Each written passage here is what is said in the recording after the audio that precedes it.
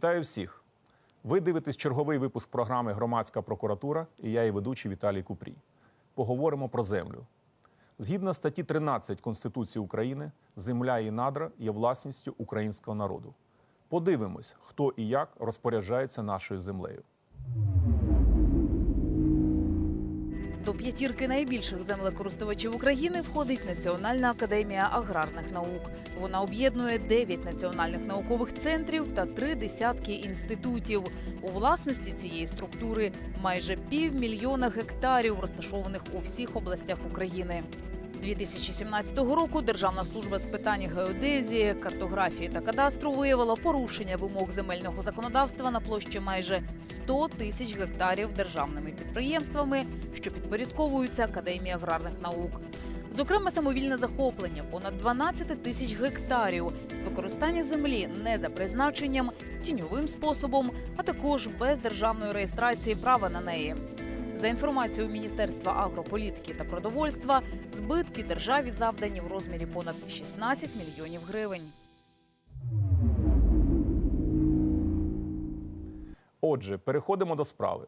Разом з моїми помічниками, фаховими юристами Світлана Яковлева, Сергій Кобрін, ми розглянемо 2 питання. Перше з них стосується діяльності Національної академії аграрних наук. Для того, щоб розібратися, що і як твориться в цьому відомстві, ми запросили в студію експерта. Також ми хочемо зараз допитати Бориса Кушнірука, експерта з економічних питань. Вітаю вас, пане Борисе. Вітаю. У мене до вас перше запитання. Скажіть, будь ласка, коротко, що із себе уявляє Національна академія аграрних наук і чому так важливо розглядати разом з нею земельні питання? Ця академія існує ще з радянських часів і була складовою радянської системи управління економікою. Я зараз не буду казати про переваги та недоліки тієї системи. Можу лише сказати, що в нинішніх умовах вона залишилась нереформованою. Тобто ми отримали ринкову економіку, ринкові механізми функціонування багатьох сфер діяльності, але оця НААН залишилась суто радянською, причому використовуючи можливості ринку економіки, причому, на жаль, використовуючи їх переважно в приватних цілях. Ви можете додатково розповісти, можливо, про юридичні обставини функціонування, нормативні акти, чи вам відомо про це, на підставі чого вони працюють? Національна академія наук, Національна академія аграрних наук працює в межах діючого законодавства, що я ще скажу, воно переважно ще було з радянських часів. У них знаходиться в їх користуванні, в їх веденні знаходиться, якщо я не помиляюсь, 465 тисяч гектар землі, з яких більше 300 тисяч гектар – це рілля. На жаль, якщо ці землі вони використовуються надзвичайно непрозоро, до половини цих земель, називається цифра 45% цих земель здається в оренду. А може ми ще повернемось до цього, але я уточню запитання, чим саме займається? Земля зрозуміло, що у них є в користуванні, або чим має займатися ця академія? Розумієте, річ в тім, що чому така модель побудовуємо і нашої Національної академії наук, і Аграрної академії, спеціалізованої академії наук, вони всі існують, умовно кажучи, в радянській системі, при тому, що у них знаходиться дуже значна частина державного майна, бо земля, яка у них є, це державна земля. У них є значна частина об'єктів, будівель тощо. Вони їх використовують для досліджень якихось? Частину для досліджень. Або мають використовувати? Так, мають використовувати для досліджень, але потрібно зрозуміти, що просто в ринковій економіці держава має фінансувати лише так звані фундаментальні дослідження. Якщо йдеться про прикладні дослідження, то взагалі в світі ніде ці дослідження не фінансуються держава або фінансуються в незначній частині. Якщо йдеться про Аграрну академію наук, то в цьому випадку очевидно, що необхідно, щоб вони, мовно кажучи, на 50 чи навіть на 75% фінансувалися за рахунок бізнесу. Тобто мова якщо науковці знайдуть кошти для своїх досліджень у приватного бізнесу, то держава в цьому випадку може дати, наприклад, 25 чи 50% коштів державних. Ще раз можна уточнити? Тобто мова йде про те, що ця академія має працювати над тим, щоб виводити, можливо, нові рослини, там види, так, покращувати врожай, так, щоб воно було, щоб були інші там можливості, значить, більш ефективно використовувати їх дослідження в сільському господарстві. Правильно? Абсолютно вірно. Але що я скажу, враховуючи, що на сьогоднішній момент аграрний сектор у нас це все ж таки один більш комерціалізований і ринковий, за виключенням питання саме землі, да, і не продажу. Так от, виходячи з цього, по великому рахунку, аграрна академія повинна працювати в першу чергу на запит цього бізнесу. Великого, малого, середнього, і якщо у цього бізнесу є запит на їх дослідження, на те, щоб вони виводили нові рослини, покращували їх властивості тощо, то в цьому випадку так, держава могла би підтримати академію аграрних наук. А якщо держава просто фінансує, з одного боку, фінансує значну частину функціонування цієї академії, а до того ж, фактично ця академія використовує безкоштовно в своїх цілях ці землі, і ще до того, отримуючи до половину з них, здається, просто в оренду, і таким чином отримується пасивний дохід. І до того ж, все це робиться в вкрай непрозорий спосіб. Тобто, якщо Держгеокадастр на сьогоднішній момент всі землі, які він контролює, він здає на прозорих аукціонах в оренду. І це призвело до того, що вартість оренди виросла в багато разів, то коли йдеться про Академію аграрних наук, то там все робиться лише по прямим договорам.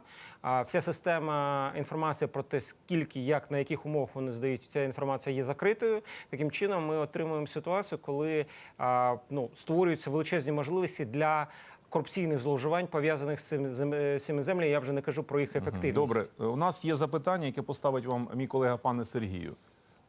Пане Борисе, підскажіть, будь ласка, що вам відомо про умови договорів по здачі в оренду вказаних вами земель? На жаль, інформації дуже мало, тому що на відміну від Держгеокадастру, який це робить на відкритих аукціонах, і там є чіткі умови з точки зору того, на яких вони здаються, в тому числі по обмеженню по строкам і по вартості. А от коли це робить Академія аграрних наук, то в цьому випадку це робиться по прямим договорам, і інформація про умови є часто-густо невідомою для загалу. Тому це, безперечно, створює величезні можливості для корупції. Ну і крім того, взагалі є абсурдно, що якась установа просто в подарунок держава віддала йому користуватися землею, яку та здає просто в оренду на надзвичайно непрозорих умовах і отримує дохід, до якого, умовно, що держава не має жодного відношення, хоча це її земля. У мене уточуюче запитання. Я, наскільки чув із засобів масової інформації, з колеги мої депутати кажуть про те, що деякі землі вже роздаються як і на 50 років вперед. Уже скоро не буде чого і повертати, якщо зупиняти корупційні оборудки. Ви можете? Ти чули про такі ситуації? Так, безперечно. Я називав цю цифру, що за даними самого уряду, до половини, 45% вони називають цифру, але до половини земель, які знаходяться в державній власності, в тому числі в користуванні Академії аграрних наук, вони вже здані на строк на 50 років. Тобто, що це означає? Що земля не продана, і тоді була б реальна вартість її, а здана в оренду комерційним структурам, і вони вже отримали надзвичайні доходи від того, що вони цією землею користуються, фактично не заплативши за неї реальну вартість. Дякую. Колеги, це виглядає як прихована приватизація. І це за введення мораторію на продаж земель сільськогосподарського призначення. Пані Світлана, ви хотіли запитання? Ви можете назвати орієнтовну ціну, за якою здаються земельні ділянки в оренду приватним особам? Зрозуміло, що ці землі знаходяться по території всієї України, тому там вартість може бути суттєво відрізнятися, але за тими даними, які я бачив, йдеться про 1,5 тисячі гривень вони здають. Можливо, а реальна там є ціна? Знову ж таки, в залежності від того, де ці землі знаходяться, вона мала би бути, навіть якщо ті землі, які здає Держгеокадастр, то вона мала би бути в декілька разів вище. Але знову ж таки це залежить від місця розташування земель, тому що земля, вартість землі залежить, і орендна плата за неї залежить не тільки від родючості, а й від, умовно кажучи, обсягу цих земель. Якщо на Західній Україні є нестача земель по відношенню до великої кількості населення, то там вартість землі і оренда землі буде об'єктивно вища, ніж в степній зоні, де і землі віддають значно більше, коли роздавали селянам землю, то роздали значно більші паї, і вартість цієї землі значно нижча. Дякую. Колеги, я хотів би прокоментувати. У мене є певні експертні дослідження, і за часи існування, скажімо, після Революції Гідності, що нам дуже важливо, сума збитків, яка завдається, яка вказується, вона перевищує 120 мільйонів доларів. Ви розумієте, яка велика сума? І це при тому, що Національна академія аграрних наук збиткова. І тільки за 17 рік виділено 740 мільйонів гривень на її утримання. Уявіть собі, як це може взагалі бути? Є ще одне запитання, яке мене турбує. Воно стосується якості і обробки земель, і взагалі продуктивності. Чи відомо вам щось по цим землям, які здаються цією академією, приватним особам? Яка тут ситуація? На жаль, ні, але тут потрібно зрозуміти загальну логіку. Якщо земля знаходиться не у власності, а в оренді, то до неї ставляться як до чужого майна. В будь-якому випадку. Тому, якщо ця земля не здана на 50 років, тобто фактично віддана безкоштовно, то в цьому випадку до цієї землі ставляться як до чужої власності, які потрібно як можна з неї більше витягнути за якомога менший строк. Бо невідомо, як довго можуть цю землю залишатися у тебе, можуть її відібрати. Якщо це в приватній власті, то зрозуміло, що там тоді значно більше дбають про своє майно і про те, щоб підвищувати і родючість цієї землі, і під те, щоб підвищити її продуктивність, тому що саме занижена вартість, саме те, що у нас ціна на землю надзвичайно низька, а вона низька саме тому, що її немає просто в системі продажу, то це призводить до того, що у нас і сформувалися такі величезні агрохолдинги по 500-700 тисяч гектар, чого ніде в світі немає. Чому? Тому що така система, коли землю можна брати в оренду, і вона занижена в рази вартість цієї оренди, то значно вигідніше вигравати за рахунок масштабу, а не за рахунок підвищення продуктивності праці і за рахунок дбайливого ставлення до цієї землі. Так, я вам дуже вдячний. Ще одне буде уточнення із колегами. Це я розумію, що нам треба підтримувати обов'язково аграрний сектор України. Це просто до цієї теми.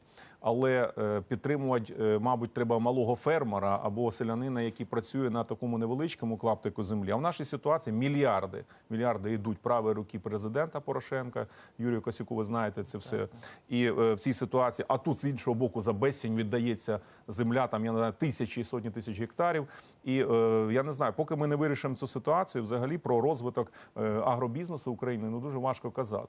Тому що немає власника, немає зацікавленості вкладати інвестиції, от як правильно наш експерт сказав, і з цим треба щось робити. Ми вам дуже вдячні. У нас зараз друге питання, яке також стосується земель.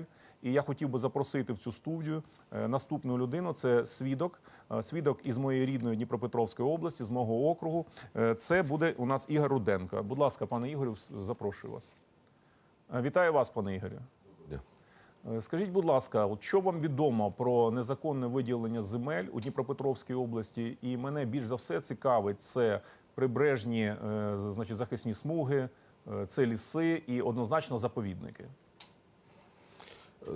На жаль, багато чого відомо. Чому на жаль? Тому що земля загального користування – це наше лісництво, Миколаївське, Кіровське лісництво, Дніпровсько-Рильський заповідник, всі прибережні зони, починаючи з обласного центру Дніпра, продовжуючи відомим селищем Обухівка, Миколаївка, вони частково вже забудовані і згідно, якщо подивитися на відкриті електронні карти Держгеокадастру, вся земля вже розподілена майже на 100%. Це річка Дніпро, правильно? Річка Дніпро і стародавня відома заповідна річка Оріль, яка до 92-го року багато десятиріч вважалася найчистішою рікою Європи. Ну і що от конкретно по захопленню цих земельних ділянок? Які процедури там були порушені? Процедури, саме я відношуся до групи тих людей, які протестують цьому вже багато років. Я керівник штабу, співголова ГО «Євромайдан Дніпро». У нас доходить останні роки, на жаль, це після Революції Гідності пішов такий 9-й вал пограбування цих земель. Доходить до перестрілок, до озброєного протистояння. Про це відомо навіть міністру внутрішніх справ. Ми телефонуємо кожен раз, коли в нас йдуть перестрілки. Це дійсно так і це не випадковість. От зараз, сьогодні їхали до Києва, вчора зупинили разом з активістами захоплено декілька гектар в центрі Кіровського лісництва між селищем Обухівка, десь кілька сотень метрів і десь півкілометра до ріки Оріль загнали техніку і намагалися почати зносити дерева під майбутнє будівництво. У мене у вас уточнення. Ці захоплення відбуваються з якоюсь документальною підтримкою, чи судові рішення, чи це де геокадастр дає дозвіл? Як це взагалі? От конкретизуйте, Так, будь ласка. дуже цікаве, вірне запитання. Цим ми також займаємося. Що ми знаємо на сьогоднішній день? Починаючи десь з листопада 2015 року, кожного кварталу викидаються нові земельні ділянки в цих дуже цікавих, дуже цінних земель. Пачками йдуть земельні ділянки, виділені під приватне забудівлі, під комерційне будівництво. Ну, десь 80% це приватники, 20% це різноманітні розважальні заклади, там відпочивальні і таке інше. Ми навіть зверталися до НАБУ, їздила делегація наша, зустрічалася, якщо я не плутаю, з самим паном Ситником, порушилося кримінальне провадження. Робилася виїмка документів, тобто обшук в райдержадміністрації, бо вона за той період... От вибачаюсь, от я вас трошки підвожу. Тобто були рішення якісь райдержадміністрації, правильно? Не Так, просто так, ж так самозахоплення. Це супроводжувалося якимось додатковими допомогою цим злочинцям чи самими чиновниками. Правильно я кажу? Так. Зрозуміло. Тобто була справа в НАБУ, і який результат? Справу в НАБУ арештували 80 з гаком земельних ділянок, саме найменше 20%, саме найбільше 7,3 га. Це все Приорілья, це все прибережна зона і прилегаючі ліси, частина навіть заповіднику. От на сьогоднішній день арешт знятий, і та людина, з якою ми контактували з НАБУ, є телефон, є його прізвище. Він просто рік вже не реагує на наші дзвінки. Пане Ігорі, підскажіть, будь ласка, яким чином ви виявили та продовжуєте виявляти дані незаконні схеми відчуження земель? Тобто, як ви дізнаєтеся про ці порушення? Зрозуміло. Цікаве питання. Справа в тому, що деяка частина актива нашої організації «Ремонт Дніпро», в тому числі і я, мешкаємо в Обухівці. І ми бачимо власновіч, що йдуть незаконні забудівлі. Ну, зараз вони припинені, але активно йдуть землевідводи. Ми це бачимо і відслідковуємо через електронні карти, відкриті Держгеокадастру. Добре. Це два істочника, два витока, два джерела інформації. Добре, вони виявляються. Пане Світлана, хотіла вас Так. запитати. І скажіть, будь ласка, можливо, ви проводили якісь власні перевірки, акції, протести, щоб відстояти права законні? Постійно проводимо. У нас ми серйозна перешкода загарбникам наших земель, лісів і Орілі, Дніпра. Справа в тому, що я хотів коротесенький приклад. Колись на місці впадіння річки Оріль у річки Дніпро був дитячий пляж. Там були білі гліни, і навіть лікарі, педіатри радили діточок там прогрівати на цих глінах. З 2014-2012 року ця територія захоплена. Захоплена вона представниками товариства «Бумер».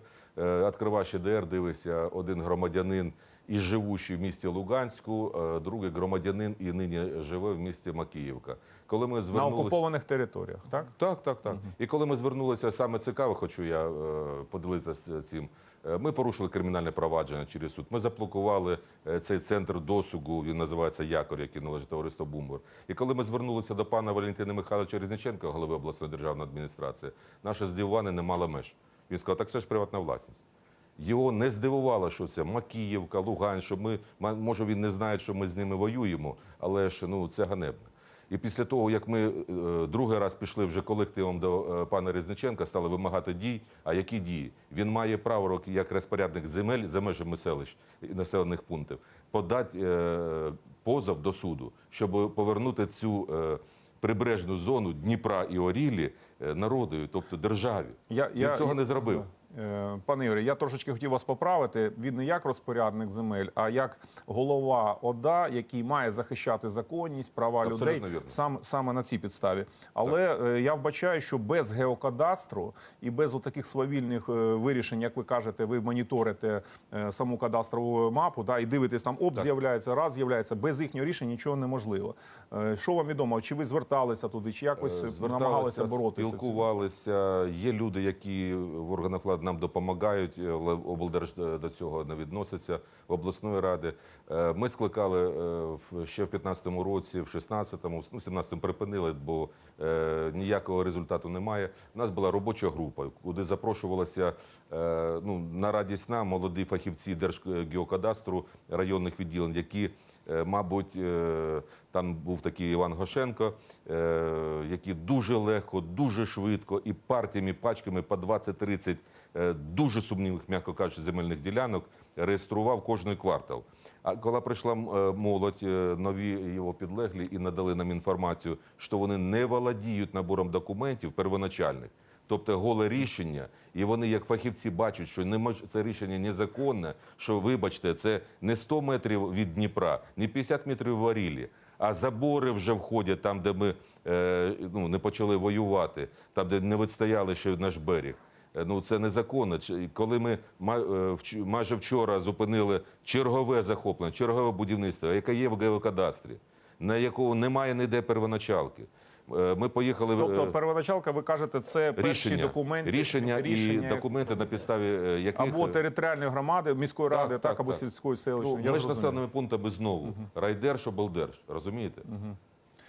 Пане Ігорю, ми вам дуже вдячні. Ми беремо це в роботу, цей матеріал. А колеги, я вам хотів дуже сказати... добре, тому що допомога нам потрібна. Так, ми будемо зараз займатися цим. Але я вам скажу, що, ще раз повторюся, риба гниє з голови. Зараз виконує обов'язки міністра агрополітики, людина, яка колись очолювала Держгеокадастр, Максим Мартинюк. Максим Мартинюк – це людина, її називають гаманцем Гройсмана. Це людина, яка носить йому гроші, які збирає з таких регіональних геокадастрів і ще по іншим. Там абсолютно безкінечна тема по корупції. Але я йому заявляв про свавілля в Дніпропетровській області, про свавілля на Волині, коли його підлеглі керівники регіональних держгеокадастрів, як кажуть, пачками, взагалі невідомо з яких, нищать заповідники, забирають, там не тільки ж забудова, там різні моменти, землі, які знаходяться в прибережних берегових смугах, для вирубки лісів в той самий час не дають землю ветеранам АТО, не дають, не підтримують учасників бойових дій. І це все однозначно іде на самий верх. Я вважаю, нам треба розглядати це питання повище, ніж окремо там Дніпропетровська область або навіть та сама Національна академія аграрних наук. Я вважаю, що прем'єр-міністр України Володимир Гройсман – це людина, яка відповідає зараз повністю за цю всю ситуацію. Ми маємо, по-перше, повідомити його і звернутися до нього, і подивимося на його реакцію. А по-друге, я вважаю, що наші антикорупційні органи, ГПУ, Нацполіція мають відреагувати на таке свавілля і розглядати це все як єдину піраміду з розкрадання земель в Україні, знищення взагалі самого головного багатства, яке у нас є. Шановні телеглядачі, з вами був Віталій Купрій, програма «Громадська прокуратура». Ми реагуємо на все, що ви побачили.